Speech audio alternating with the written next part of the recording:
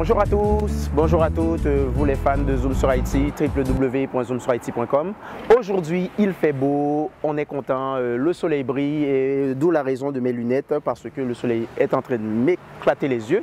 Comme vous savez, Zoom sur Haïti fait la promotion des richesses du tourisme en Haïti et tout ce qui concerne la culture haïtienne, tout ce qui est positif de notre cher pays Haïti. Alors aujourd'hui, j'ai un petit cadeau pour vous, très chers Zoomers. Je vais rencontrer notre fierté, une de notre fierté, une humoriste québécoise d'origine haïtienne. Son nom c'est Dorothy Rowe. Et pour ce faire, on va aller s'amuser, elle puis moi. Quand je dis on va s'amuser, on va aller manger parce que vous savez, notre peuple, on aime ça manger, on aime la bonne nourriture haïtienne et je vais la rencontrer aujourd'hui au restaurant Notre-Dame qui est situé ici. On va aller manger avec elle. Fait que je vous invite au restaurant, nous allons manger et puis nous allons s'asseoir et on va aller présenter Dorothy au public québécois et à vous les Zoomers. Comme je vous ai dit les Zoomers, j'attends Dorothy ici puis on va passer un bon petit temps ensemble. Dorothy est quelqu'un de super, elle est très sociable, alors ça va sortir, c'est une entrevue hors de l'ordinaire, vous allez vous amuser. Et comme je vous dis, Dorothy arrive, si vous voyez la regarder avec la caméra, elle arrive.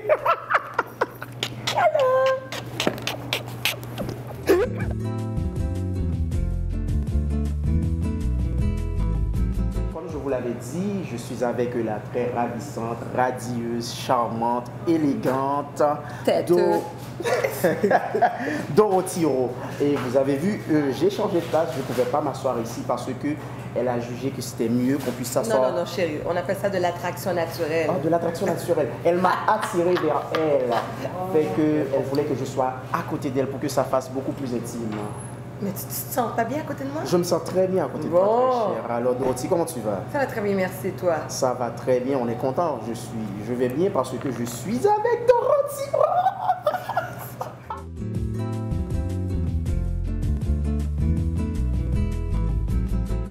Ben écoute, je suis humoriste, j'adore faire rigoler les gens, j'adore rire personnellement aussi. Ah ouais. Et ça fait 3 ans que j'ai fait le saut dans l'humour parce que j'ai une très bonne amie qui est aujourd'hui ma gérante, qui m'a toujours dit « Dorothy, tu devrais faire de l'humour ». J'ai jamais cru en cette fille-là qu'elle me disait ça. Je me dis « Mais écoute là, je ne me vois pas sur scène et faire des blagues ». Et finalement, après 10 ans qu'elle m'a harcelée, j'ai décidé de suivre un cours à l'École nationale de l'humour. Et c'était un cours d'écriture, ça a bien été. Ensuite de ça, j'ai pris un cours présentation d'un numéro. Donc, le 6 avril 2010, je suis montée sur la scène au Belmont, la première fois. Et ça a été la consécration pour moi. Ça a été le moment qui m'a confirmé que je devais me lancer vraiment tête première dans l'humour. Ça a pris 10 ans pour qu'elle puisse te convaincre? 10 ans, oui, mon cher. Pourquoi avoir attendu 10 ans avant de vivre ton... Tu sais, c'est avec l'éducation. Moi, je dirais surtout ça parce que quand j'étais jeune, moi, ma grand-mère me tapait sur les doigts, elle me disait que je riais trop souvent. Elle me disait même aussi que je me jouais en garçon qu'après même parce qu'il me riait comme toi. Alors, tu vois, elle m'a jeté un sort jusqu'à présent pour contre moi. Et puis c'est ça. Et quand j'allais en Haïti, la même chose. Une de mes grandes tantes, elle me disait comme ça, un jour, on joue, on mouche à caca dans le bouchon. Tellement que je riais trop souvent. Dans l'autobus, je prenais le transport en commun à Port-au-Prince et je rigolais. Et les gens ils disaient « Oh, ça y est, à pédérer comme ça. » Tu sais, et j'ai vu que c'était un problème. C'est un problème parce que dans la culture haïtienne, quand quelqu'un rit trop souvent, ben, on la prend pour une personne non sérieuse. On l'appelle une vivi. Ma mère disait toujours ça, on appelait ça, les gens qui riaient souvent, on appelait ça vivi. Et pourtant, c'est bon, écoute. C'est bon, ça garde le teint jeune. On va avec figue fouet. Conco la 15. Oui, conco la 15, figue fouet, conco.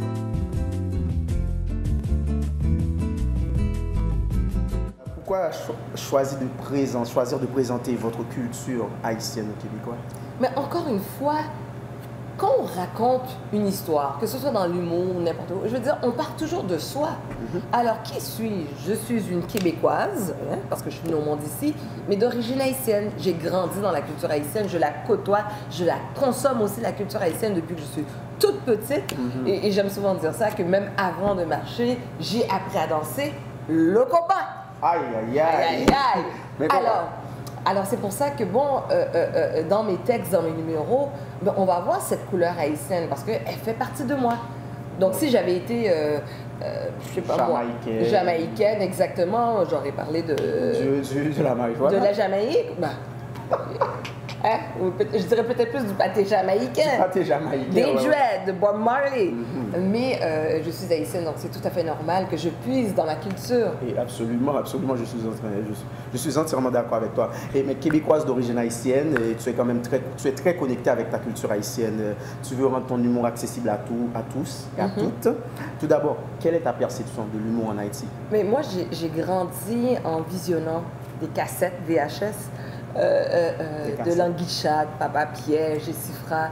Donc, moi, j'ai toujours vu la comédie théâtrale haïtienne.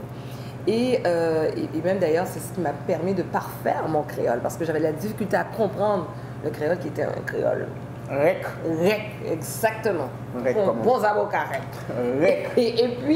Et à un moment donné, ben, j'ai dû écouter pour habituer mon oreille à ce créole qui m'était un peu moins familier. Surtout qu'il y avait aussi beaucoup d'accents du Cap, du Nord, comme Tonton Bichard actuellement, mais là, Tonton Bichard, je peux le comprendre. Oui, bien sûr. Alors, donc, j'ai grandi avec ce genre d'humour haïtien.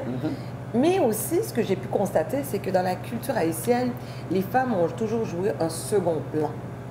J'ai jamais vu de femme en première scène jouer un rôle d'humour, c'est-à-dire être la vedette, la tête d'affiche. Je pense qu'on a ce petit problème-là un peu partout, hein, pour les femmes de percer. Oui, mais c'est sûr que bon, on ne peut pas comparer Haïti avec le Québec. C'est vrai qu'ici, c'est le même dilemme, mais en Haïti, c'est quasiment absent. Là. J'ai très peu de femmes sur scène. C'est vrai, ça. Je suis en train de chercher. Ah non, écoute, là, moi, je recherche. J'en cherche, je pose toujours la question. Et pourtant, on a tellement de choses à dire, on a tellement de... Écoutez, on n'a qu'à fréquenter les salons de coiffure.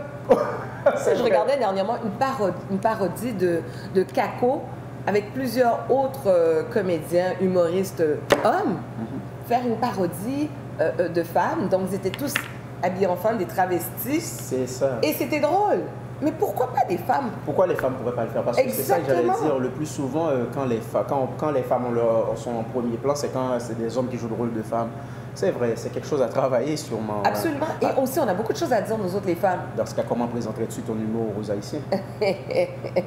Comment me le présenter aux Haïtiens? Mais invitez-moi. Oui, non, ça, là, tu laisses tout le monde là, ça te suspend. Mais est-ce que tu as une idée comment tu présenterais ton humour aux Haïtiens? Une femme qui vient du Québec et Mais j'ai pas dit. Donc, moi, j'arrive telle que je suis. OK? J'arrive. Que je suis. Oui, tout à fait, tout à fait. À toi. Non, la seule chose, c'est sûr que je vais peut-être changer, peut-être les propos, pour le mettre plus dans un contexte haïtien. Et là, on va se dire encore les affaires encore de manière plus crue, plus directe. Mais non, j'arrive et puis je débarque et puis ça pas content. Embarqué. Oui, non, c'est sûr, mais je veux dire, tu veux quand même qu'on reçoive ton humour, tu veux quand même écouter que le public reçoive. Mon humour, il reste quand même très universel. On s'entend là? Oui. Je le fais ici au Québec, mais il peut très bien s'adapter en Haïti. Ça va être peut-être quelques termes, peut-être plus appropriés avec le contexte haïtien, mais c'est pas comme si les gens ne vont pas se retrouver dans mon humour. C'est ça. Donc, c'est pas comme si... j'arrive et puis je parle uniquement de ce que j'ai vécu à Blainville ou whatever, ou bien quelque chose que juste les Québécois vont comprendre. Non, il est quand même international parce que dans mes shows, il y a des gens de la Tunisie, j'ai des gens des 4 coins du monde qui viennent et qui comprennent très bien mon humour, donc c'est un humour accessible à tous. Sauf qu'en Haïti, ça va être, comme je disais, il va être plus haïtien, plus en créole. Ouais, en créole. Oui, of course. Créole français, mais on a dit bagaille au vrai. Et enfin, une femme qui a dit vrai bagaille sur gars sur haïtien. Ah, juste me dire, je ne vais pas être là-bas, je ne vais pas être là-bas, là, écoute, quand les bagailles sont gâtées. Comment ça, bagaille gâtée? Les gars sont capables de sous femmes, les choses sont gâtées? Ah non. Ah ben, alors, hein? Ouais, bon, de toute façon, Zoom ne sera pas en Haïti pour le prochain spectacle de Dorothy en Haïti. Tu ne sais jamais.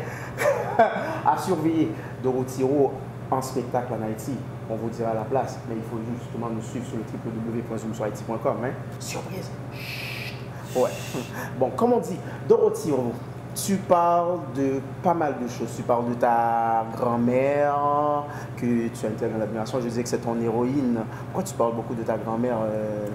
Ben, écoutez, moi j'ai un personnage qui est ma mère Radotte. Dans la culture haïtienne, mais aussi comme dans beaucoup de cultures immigrantes, les personnes âgées font partie de nos vies. C'est-à-dire, on ne les met pas dans un centre et puis on les oublie. On a tous grandi avec nos grands-parents. Moi, mes grands-mères, je les ai connues. Et c'est elles qui m'ont justement donné, qui ont été le pont avec la culture haïtienne. Parce qu'on s'entend avec mes parents, je m'exprimais uniquement en français. Mais avec mes grands-parents, bien, je parlais en créole. Moi, c'est ma grand-mère qui m'a montré comment tresser les cheveux. Moi, les rubans, là, quand j'étais jeune, ben, c'est elle qui me montrait à repasser ça pour aller à l'école. Donc, pour moi, c'était important de rendre un peu hommage à toutes ces personnes âgées qui ont fait partie de notre vie et aussi pour leur dire, pour montrer aussi qu'elles ont une place importante. C'est faux de dire qu'une personne, lorsqu'elle devient âgée, il faut l'infantiliser. Non, moi, je suis totalement en désaccord avec ça. Moi, ma grand-mère, j'ai été présente jusqu'à son chevet. Et pour moi, ben, c'était tout à fait naturel. Ouais, c'est vrai, je comprends vraiment. Pour nous, les personnes âgées sont, dans la culture haïtienne, les personnes âgées sont les plus grandes, là, sont des héros. Ben, je veux dire, c'est vrai qu'avec le temps, avec la vieillesse, il y a cette sagesse et puis ils ont tellement de choses à raconter. Moi, mon grand-père, il est encore là à 98 ans. Et il peut tout expliquer, toute l'histoire, tous les gouvernements, les présidents qu'il y a eu en Haïti. Il va tout nous expliquer ça. Donc, non, moi j'adore. Ouais, il y a toujours, mais pourquoi il y a toujours cette connotation-là? L'aime tes jeunes quand j'étais jeune. Je pense aussi, même en étant vieux, il y a pas mal de choses que ces gens-là ont vécu. Je me suis toujours posé la question. As-tu une idée, toi? Pourquoi c'est toujours toute leur histoire? C'est quand ils étaient jeunes, Tu t'es jamais posé la question? Écoute, je pense que c'est avec la logique. Au film gomme, qui a-tu au café? Tu vas parler de ta partie de jeu domino. Une femme. Moi, je sais très bien. Si je suis encore célibataire, mais même encore, là, même quand je vais être grand monde, là, je fais des petits clins d'œil aux hommes là, plus jeunes que moi. Là. Pas bon. Je sais que je serai pas bon.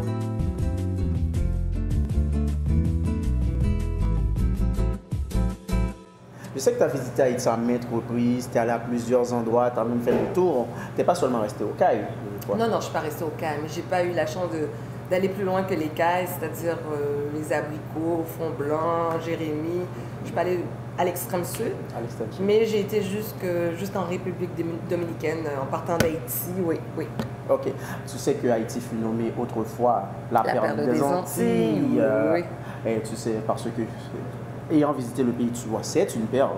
Oui. Oui, écoute. Juste qu'il est tombé un peu dans la poussière, mais une fois qu'on enlève cette poussière, on voit la beauté, l'éclat de cette perle. Oh, wow, ça c'est beau. Et qu'est-ce que tu penses du tourisme? Parce que je t'ai vu une ou deux fois dans quelques présentations que les gens qui s'occupent du tourisme en Haïti font. Qu'est-ce que tu penses du tourisme en Haïti présentement? Qu'est-ce qui fait qu'une artiste, une humoriste soit connectée avec ça, se présente justement dans des activités concernant le tourisme en Haïti? Non, mais moi j'ai toujours été très impliquée avec tout ce qui touche Haïti, même avant d'être humoriste. J'ai quand même eu la chance de faire d'animer plusieurs émissions de radio. Donc, j'étais très impliquée dans la communauté haïtienne ici à Montréal. Et aussi, je suis allée faire un stage en Haïti pendant quelques mois. Donc, j'ai toujours été connectée avec ce pays. Donc, pour moi, c'était tout à fait normal et naturel de me présenter lorsque la ministre du Tourisme était présente à Montréal pour relancer le tourisme en Haïti, ce qui est une bonne chose. Parce que moi, j'ai toujours dit, il y a Port-au-Prince, mais il y a aussi les autres villes en région. Et quand on se promène en région, on n'a pas l'impression que c'est un pays qui fait partie d'un des plus pauvres de l'hémisphère sud. Présentement, le mouvement touristique en Haïti qui se fait présentement, qu'en penses-tu présentement? Mais c'est une bonne initiative. C'est une bonne chose. J'ai visité l'Abadie. Je parlais des cailles. Il y a la plage aux Ananas à Saint-Jean-du-Sud, Port-Salut. Il y a tellement d'endroits à visiter. Et même Zoom sur Haïti, ce que vous faites aussi, vous nous dénichez des endroits qu'on n'irait peut-être pas nécessairement voir. J'ai vu une photo, là, ça se passait dans une grotte. La grotte Marie-Jeanne. Bon. Pourquoi pas?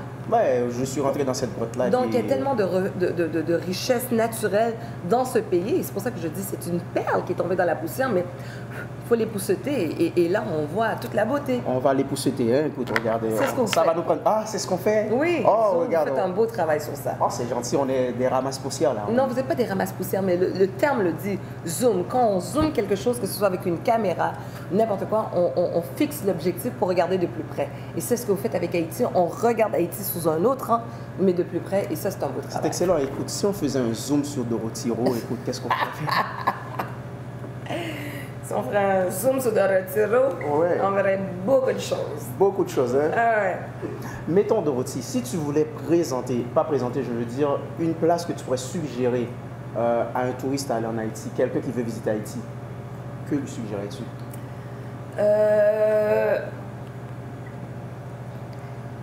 Bon, c'est sûr que j'ai eu un coup de cœur pour Jacmel, la vallée de Jacmel plus précisément, pour la vie qu'il y a là-bas, pour la communauté de cet endroit-là, précisément à la vallée de Jacmel, parce qu'il y a un marché fabuleux. C'est une communauté qui se prend en main. Et malheureusement, en Haïti, beaucoup de gens attendent après le gouvernement, beaucoup de gens attendent après l'aide extérieure. Mais dans cette petite région-là, c'est une banlieue, comme une banlieue de Montréal. C'est comme si on se promenait à Blainville, Brossard. Mais ça se passe à Jacmel. Et puis, je veux dire, il y a aussi toute cette beauté pittoresque du pays. La terre rouge qui est différente aussi. Dès qu'on arrive à Jacmel, on voit ça. Donc, non, moi, c'est mon premier coup de cœur. Le coup de cœur. Tu suggérais Oui. la vallée de Jacmel? Ben oui. Sinon, bon, c'est sûr qu'il y a le Cap Haïtien qui est magnifique. Oui, La également. Badie, je veux dire, c'est pas une blague. Là. La Badie, c'est paradis. La plage, tu regardes le fond de la mer, les algues, un bleu turquoise. Et évidemment, il faut que je prêche pour ma paroisse. Ah ouais, Saint-Jean-du-Sud. Les Cailles. Les Cailles. Saint-Jean-du-Sud. Go, Nous, on Saint-Jean. habite en face d'une petite île qui est Grosse-Caille. Moi, j'ai entendu dernièrement avec tous les ouragans qui est passé, bon, beaucoup de palmiers sont tombés, mais nous, on y allait souvent. On louait des systèmes de son, puis on se faisait un gros party là-bas. Toute la diaspora de Montréal, États-Unis, on arrivait. Et c'était la fiesta. Tu fais le tour de l'île en jogging et tu te baignes dans l'eau. Je veux dire, tu vas comme au milieu de la mer et l'eau t'arrive aux genoux. Donc, C'est où tu m'as dit la place? Grosse-Caille. La grosse caille, c'est où déjà? C'est- Fait que ça veut dire qu'il y a des gens qui venaient de la diaspora, des gens du Québec qui sont venus. Ça veut dire on pourrait inviter même des gens qui ne connaissent pas Haïti à venir là-bas. Puis c'est le party. Ah oui, mais il faut connaître les gens sur les lieux pour s'y rendre à Grosse-Caille. Ah, ok, Oui, parce ça qu'il va. faut prendre un bâtiment, Ba- pas un bois fouillé, non? Un bâtiment. Le bois fouillé, c'est l'équivalent d'un kayak, Un bois fouillé. mais un bâtiment. Un bâtiment. Comme un bateau. Pourquoi elle les appelle bâtiment? J'ai jamais compris J'ai jamais compris pourquoi. Un bâtiment. C'est le créole. J'utilise plus ce mot-là, ça fait très longtemps. Là. Écoute, Tu vois? après plus de 20 ans, c'est la première fois que j'ai entendu ce mot-là encore. Un bâtiment. Eh bien oui, ça. Ce bâtiment. Faut prendre bâtiment. Dorothy. Oui. Dorothy comme Haïti. Dorothy comme Haïti. La perle des Antilles. Belle Et Haïti. je suis née au monde le 6 décembre, oui. Ah, Donc mais non, Haïti a c'est été découvert le 5 décembre. dans la nuit, on dit. Donc ça devait être le 6 décembre. Ok, Dorothy a été découvert le 5. Tu es né exactement quand? Le 5 décembre ou Le le 6? 6. À quelle heure? Ah, ça, je sais pas. Là, il faudrait Fait que demander. Christophe Colomb a débarqué, puis Christophe Colomb a découvert Dorothy Rowe. Belle bagaille, oui. Quelle bénédiction. Oh, gros pelle, oui. Oh, belle Une bague. perle noire. Une perle noire, J'en une suis perle violette. rare, une perle vierge. Une belle caïmite créole. C'est ça, yo dit, oui. Parmi toutes fouilles qui viennent sous la terre, c'est caïmite moi préféré. Oui. Rencontre-moi même avant petit maman chérie, aïe aïe aïe, m'bap ça. Mais, Skacha number one. ouh, Bagage. c'est cacha. Ouais. Dorothy, décris-nous un séjour typique de 5 jours en Haïti. Mettons si tu aurais à planifier 5 jours en Haïti, comment t'organiserais-tu? Où Ah. irais-tu? Que ferais-tu? Écoutez, 5 jours en Haïti, là, il faut tout de suite penser au transport en commun parce que c'est faux de dire qu'on peut voyager facilement en Haïti. Donc, Dorothy moi, devient je une dirais tout expert. simplement, je dirais 5 jours à la vallée de Jacmel. Et de là, on peut se promener dans la ville de Jacmel. Donc, peut-être coïncider ça avec un des festivals, que ce soit le festival de films de Jacmel, Festival. du livre de Jacmel, le carnaval, bref. Mais Jacmel, que ce soit la vallée de Jacmel ou la ville, c'est 5 jours là-bas, vous êtes comblés. Et croyez-moi, elle n'a pas été payée par le... Non, par Michael Jean, pas du tout. Michael Jean et puis Non. les responsables de Jacques Mel, justement, pour qu'elle puisse faire la publicité pour Jacques Mel. Non, mes 2 parents viennent des Cailles, donc... T'as des problèmes là, écoute, t'as pas peur que si les Cayennes voient ça, t'as pas peur parce que tu sais qu'il y a une... Mais j'ai toujours dit, je suis authentique, I'm real. Belle bagaille. Qu'est-ce qu'on... Messieurs, Oui, oh, désolé. Alors on est avec Madame Fortuné. Comment ça va, Madame Fortuné? Ça va bien, merci. Oui, et qu'est-ce qu'on mange? Pourrais-tu nous parler un peu de ce qu'on mange ici? C'est riz au pois vert. On appelle chez nous pois France. C'est de la banane, un peu de légumes, pois tendre, avec du piment vert, rouge, un peu de tout. Et puis c'est du poulet grillé sur le charbon de bois. Du poulet grillé sur du charbon de bois. Et quand on parle de banane, on va dire ça en créole, banane. Banane pesée. En créole, on dit banane, mais en français. Eh bien, vous savez, dans notre contexte aussi, quand on dit banane, là, c'est ce que ça veut dire aussi. Un bon banane.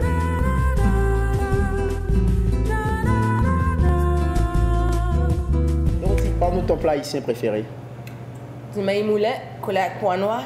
Le maïs moulet, là, il faut qu'il y ait du lait de cocoyer dedans. Et avec un bon légume et l'ambi dedans. Et l'ambi dedans. C'est excellent ça. Ah non. Ça donne... Ah oui, évidemment, parce que Dorothy est très strong, elle est forte. Elle est très forte, elle a beaucoup d'énergie. Oui. C'est excellent ça, ouais. Bon. Mais... Pourquoi tu regardes en arrière? Ben, écoute aussi parce que... Elle est en forme. Ouais, elle est très en forme.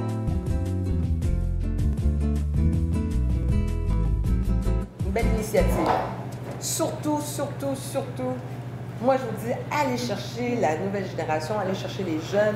Moi-même, je suis venue au monde ici, mais je vous avouerai, sur les 5 enfants que nous sommes, je suis la seule qui connaît plus Haïti que toute ma famille. Pourquoi? Parce qu'il y a ce manque d'intérêt, on est tellement biaisé par tout ce qu'on voit avec les médias nous montrent, et il faut aller chercher ces gens-là. Moi, très jeune, quand ma mère arrivait avec des livres d'histoire d'Haïti, des livres de géographie d'Haïti, je me suis intéressée, j'étais la seule. Je suis la seule qui s'est promenée en Haïti. Quand j'étais faire mon stage, j'aurais pu le faire n'importe où dans le monde, mais j'ai choisi Haïti parce que, comme j'avais expliqué, étant née ici au Québec, je voulais connaître Haïti sous un autre angle, parce que lorsqu'on visite Haïti avec nos parents, ben on s'entend qu'on regarde le pays assise dans une voiture, air climatisé, puis on baisse même pas la fenêtre. Donc moi, j'ai voulu voir le pays, prendre pouls du pays, piétiner, prendre poussière. Haïti, qu'on y a là-dedans de boire le ballon blanc, oui. Sans poussière. En poussière. Hey, en Haïti, en tout cas.